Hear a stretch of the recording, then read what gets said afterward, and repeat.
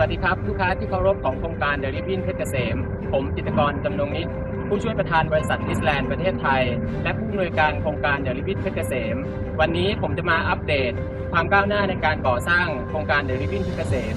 ให้ทุกท่านได้ทราบโครงการเดลิวินเพชรเกษมเริ่มก่อสร้างเสาเข็มตั้งแต่เดือนตุลาคมพศ 2563 ณ ปัจจุบันนี้มีความก้าวหน้าไปแล้วกว่า 90% และเราคาดว่าจะแล้วเสร็จ 100% ภายในกลางเดือนกุมภาพันธ์ พศ 2564 บริษัทดิสแลนด์และโครงการเดลิวินเพชรเกษมได้เน้นความสำคัญของคุณภาพมาเป็นอันดับหนึ่ง วันนี้ผมจะพาทุกท่านไปชมกระบวนการควบคุมคุณภาพการก่อสร้างเสาเข็มตามผมมาเลยครับขั้นตอนการควบคุมคุณภาพของเสาเข็มเจาะที่หน้างานขั้นตอนที่ 1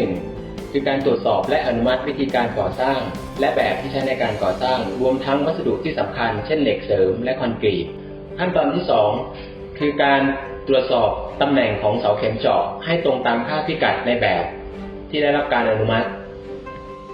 ขั้นตอนที่ 3 การตรวจสอบคุณสมบัติของสารละลายเบนโซไนท์ที่ใช้ป้องกันการพังทลายของเสาเข็มในระหว่างที่เจาะเสาเข็มขั้นตอนที่ 4 คือการตรวจสอบขนาดและความลึกของเสาเข็มหลังจากเจาะเสาเข็มถึงระดับที่ต้องการ